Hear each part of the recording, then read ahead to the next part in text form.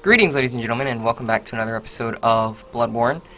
Okay, so we are back in business, folks, and I am actually recording on a 4K resolution TV, so Bloodborne actually looks completely different to me. And it's really a shame that I can't really share this with you, as my recording card does max out at, I believe it's 720 or 1080, but it's not 60 frames a second, and Bloodborne doesn't even it can't handle 60 frames a second anyway, and whatnot. But it is a pity that you can't enjoy this with me, because actually the game looks completely different than how it looks on screen.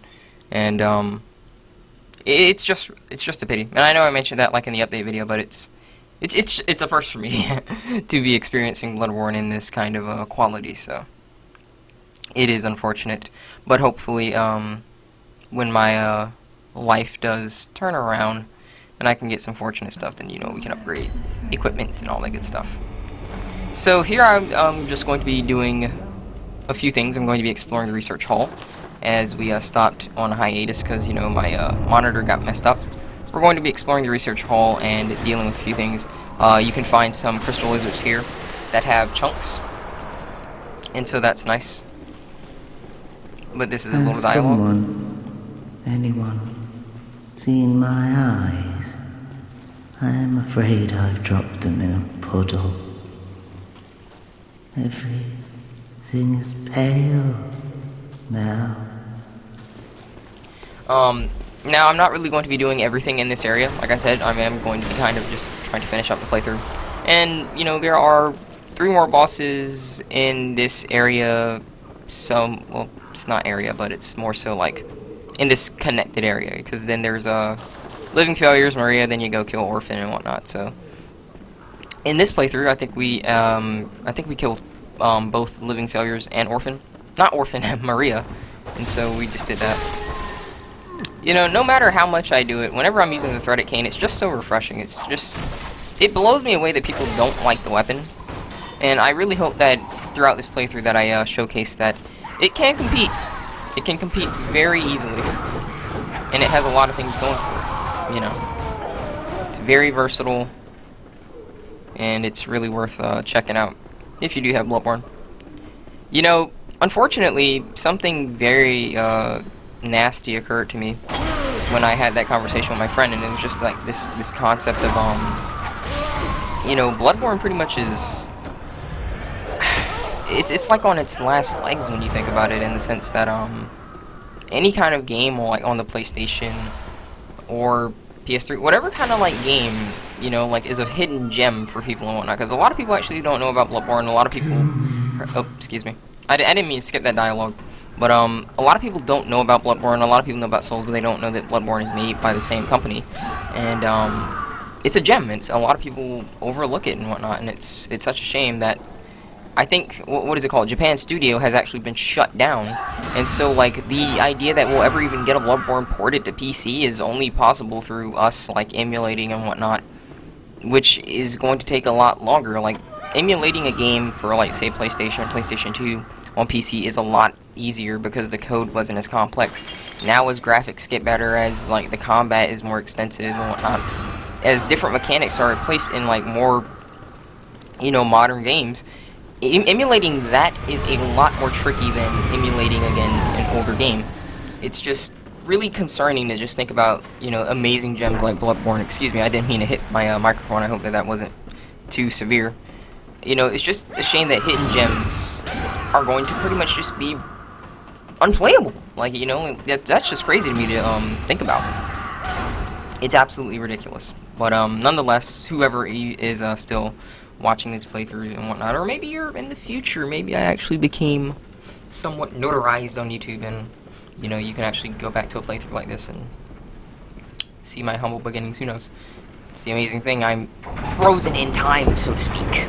I could be speaking to all of those in the future, because I'm actually recording this in the past. I actually recorded the game earlier, and I'm doing some post-commentary a few days later, so that very much is a possibility. Very much is, you know. Just be careful here, because there will be some very quick enemies running up the stairs to try and get you, so you really just want to be careful. I usually just do that little skip because it's quicker, and they usually don't follow. Usually, you can follow and they will. So you need to be careful sometimes. Just needed a sip of water.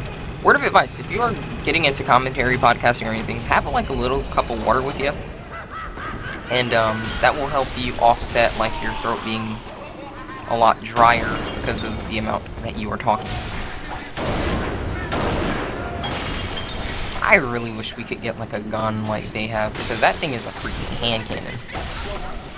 That just seems like it's a lot of fun, you know, like if it shot. I mean, the Evelyn probably is gonna still outdo it, but it would just be cool to just have like some kind of magnum gun or something, you know. I know that there's actually a cannon. It's interesting, you know. Interesting is all.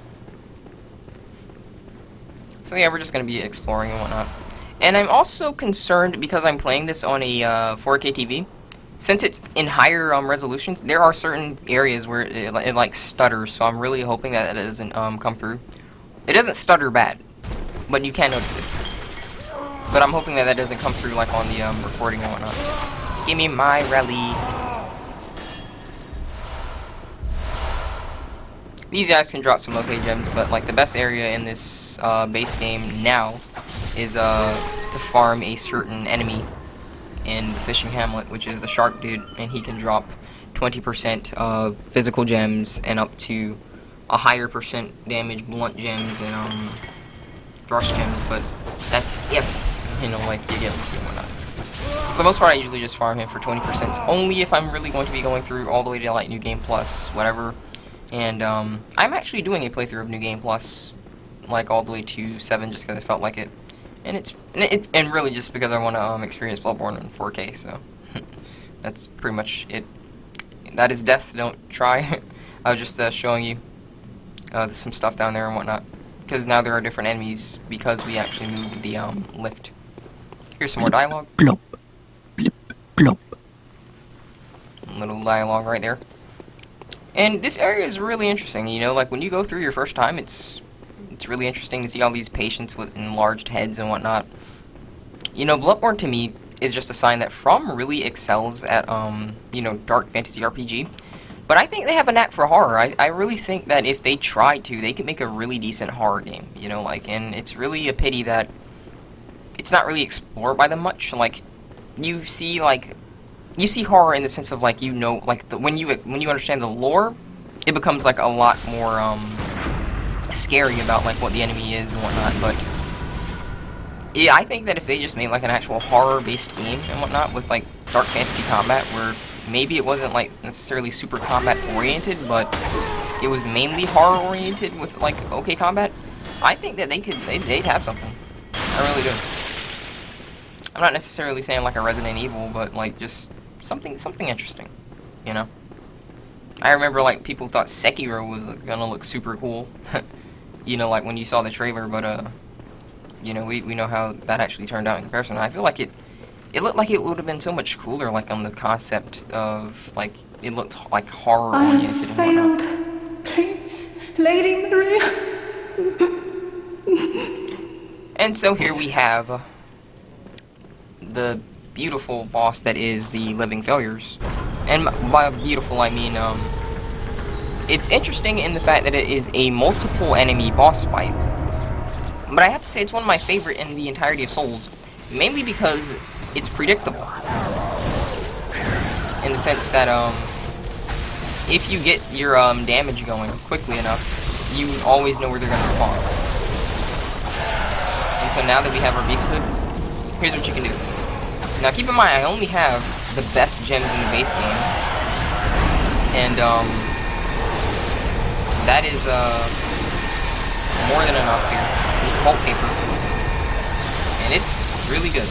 So now, if you have the full beast bar and you just keep like stun locking them and whatnot, you just destroy them before they pop back up. And like I said, this is what I mean by like this is my favorite kind of boss, because it's very predictable. You can take full advantage of that, and I love that, because that's a lot better than having to worry about all that stuff. These little orbs going overhead, they actually do not have a certain hitbox, and I just held that L because that boss deserves a fat L for getting dominated like that. But they actually don't have a hitbox like, the hitbox is smaller than you actually think, so, like, a lot of those orbs can go overhead. It's actually when they actually hit the ground and make contact, and they blow up. Make contact, I just made contact. But, when they make contact with the ground, they actually explode, and that's the actual hitbox. That's where it actually expands and whatnot. Now, I believe I'm at level 75, and I think that I chose to stay here just because I wanted to showcase that, you don't necessarily need to be high level to inflict, I mean, I guess that is high level, that's like in-game level, but, on average, I'm usually preferring to have my character at, like, I mean, for base game, this is usually, like, my preferred setting, but I usually, try and have something better. Like I said, like, this is where I was like, oh yeah, I want it to be just at level 75, just to, showcase that, you don't really need to be high leveled and whatnot. And just to be nice, we bow. We bow. We are strong because of her. We be strong without her and whatnot. I have done a level 4 playthrough multiple times. And, in all honesty, folks, I hope that that will be something that interests you, because when I get some stuff going, when I am in a better position, I'm definitely considering streaming Bloodborne, all kinds of other games. So hopefully that interests you and whatnot. I have this recording that I have to record the audio for, and then I also need to record the audio, well, the commentaries portion of the audio for the next recording, and then I actually need to do a Hunter Dreamcast. I do apologize that I'm actually behind schedule. You guys know that I usually prefer to upload Monday, but that didn't work mainly because of some things that came up.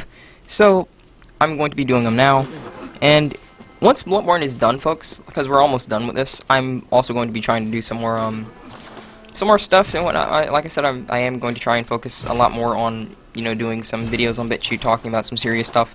I'm also going to be talking about some stuff here that I feel like, might be interesting and worthwhile. We'll be doing a lot more guest discussions, so you can look forward to that. Hopefully, I'm actually going to be doing a collaboration soon. And so we actually have a lot planned for the channel, so don't worry, folks. Just because Bloodborne will finally be over in the sense that, like, we'll actually have a good playthrough of Bloodborne compared to the cursed playthrough that we have, It'll be good. Funnily enough, I actually thought I lost the audio here because when I actually started the recording, I couldn't hear any sound, like, at all. Like, are you kidding? So I actually just listened to it a bit, and that's when I discovered that there was audio, and it just was, like, really spaced out. And for some reason, even though I have, like, the audio at, like, a higher setting, it just comes out as, like, really low. Like, the actual timeline that I'm looking at right now, the audio is just, like, little nicks and whatnot. Even though it's a lot louder than you'd anticipate. So I actually, just to be safe, turned up the mixer really high so that, like, you can pick it up. Now, obviously, YouTube actually has a system where they actually balance audio as well, so it shouldn't be too high, and if it is, you can always just manipulate your own volume to turn it up or down. Now, interestingly enough, this is a very, very interesting area, and there's a lot of interesting things happening here that I feel like people actually don't realize. Now, if you listen to that right there, you hear that dripping? That's actually Lady Maria's arm that is making that sound. Like, blood is dripping onto the floor, and you can hear that. And if you listen closely again, and I was actually trying to show off the photo, but that photo is really hard to see. Like, I believe that in that photo you see, like, a picture of someone sitting down, and I think Maria's next to her, or Maria's sitting down, I don't know. It's believed to be the viable Queen Annalise, obviously, because of the lore. But here's an interesting thing, if you guys didn't know. If you walk on the blood, there is actually a, like, splatter sound, and there's also a like, puddling, like effect, like, of when you're in water, like, where there's, like, splashing. But you really usually don't notice that. So if you look closely, I'm trying to show you, like, I think you can see it and whatnot. You see that? It's really interesting that they chose to do that. And again, like, her arm is actually making that sound. So I just wanted to showcase, well, not her arm, but, like, the blood dripping from her arm is making that dripping sound. And that's really interesting. And I feel like a lot of people actually don't realize that. So I don't know, like, it's just nice to me. I recently discovered that myself.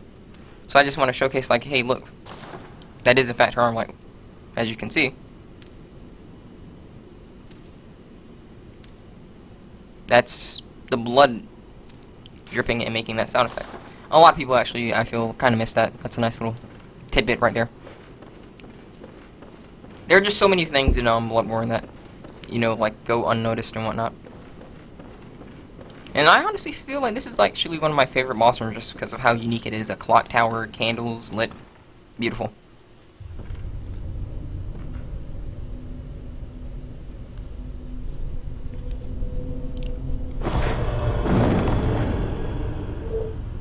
A corpse should be left well alone.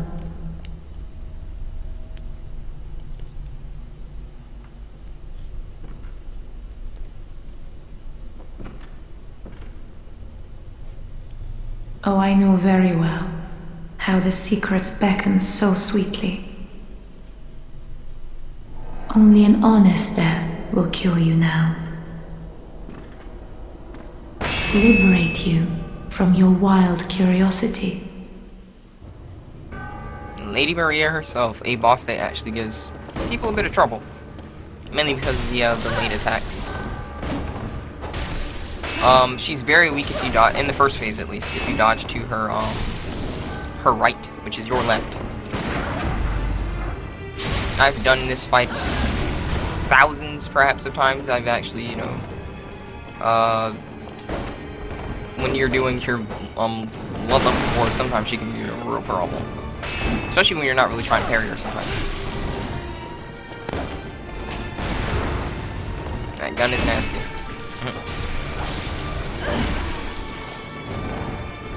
Sometimes you can't stun lock her as well.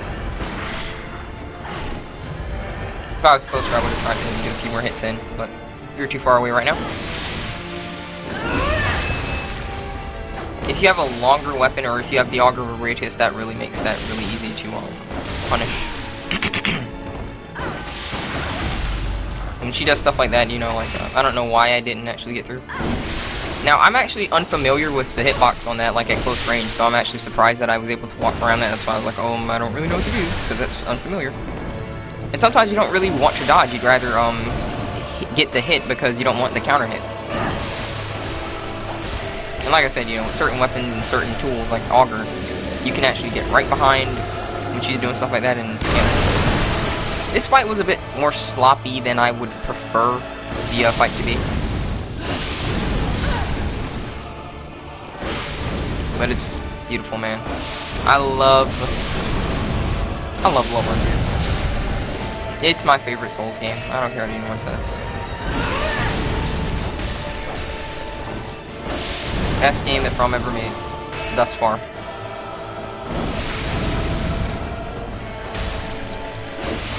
I just think it's ridiculous that, like, this is just never going to be expounded on. I don't know. I think that's ridiculous.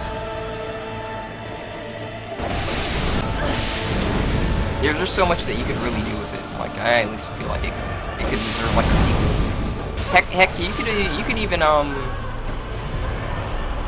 I wanted the fight to be more clean, but nonetheless, we did it. So she gets an L for being elite, not because she's a loser. I feel like there's just a lot you can do. Like, I would like a I think it would be cool if you could, like, have, like, I don't know, Great One Born, something like that. Like, where you could play as, like, some, like, alien or something, and, like, you evolve yourself to be, like, a higher form of Great One or something like that, like, and it's kind of combat oriented, and you see, like, more different versions of the not amygdalas, but of the Great Ones mentioned here. You get, I don't know, I feel like there's just something that they could have done and whatnot. It's just a kind of spiritual successor, if you will, you know, and that would make that ending, like, you know, in that instance, like, canon or something. Good hunter. This may sound strange, but have I somehow changed? Moments ago, from some place, perhaps deep within, I sensed a liberation from heavy shackles. Not that I would know. How passing strange. I just Farewell, good hunter. May you find your worth in the waking world. Farewell to you too, doll. Be polite, folks. But anyway, like, yeah, like, I feel like there could be something that they could do, you know? I know that they don't like sequels, but I feel like that's just such a, I don't know, I feel like it's just a silly thing. When you have something, obviously some things do need to come to an end, like, I understand that, but, like, when you have something really interesting going, you know, like, that's fine, you know? I mean, look at Final Fantasy. I don't necessarily enjoy every Final Fantasy, but it's like, it's different each time, you know, like, they're usually completely unrelated for the most part. Like, you don't hear, like, previous characters talking about the newer characters and whatnot, so you know, that's something, at least.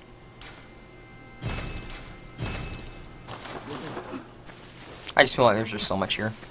There's just so much here to expound on, and to know that, like, it's never going to be expounded on now, especially because, I think it's called Japan Studio, is done, thanks to Sony's bullcrap, is just...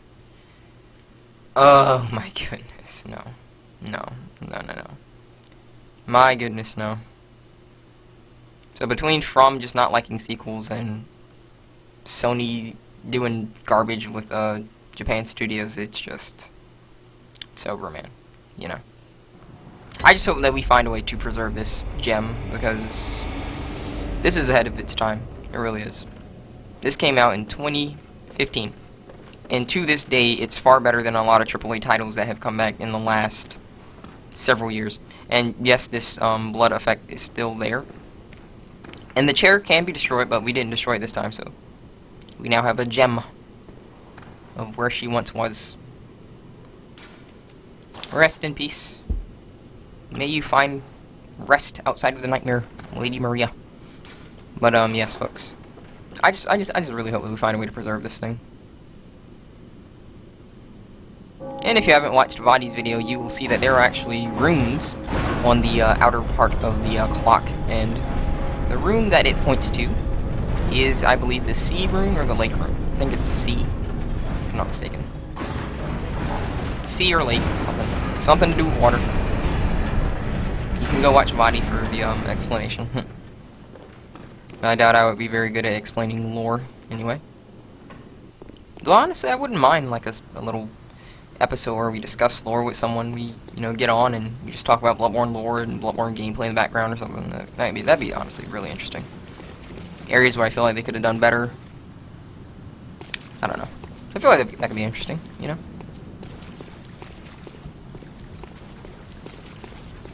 Because as you know, like, one area that I feel like they could have done better is, like, with the Great Ones themselves. Black and blood, blasphemous murders, blood-crazed fiends.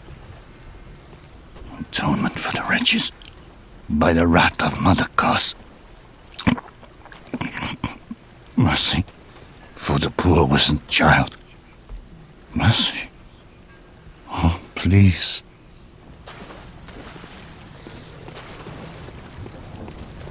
But I'm going to go ahead and bring this to some sort of a close for now.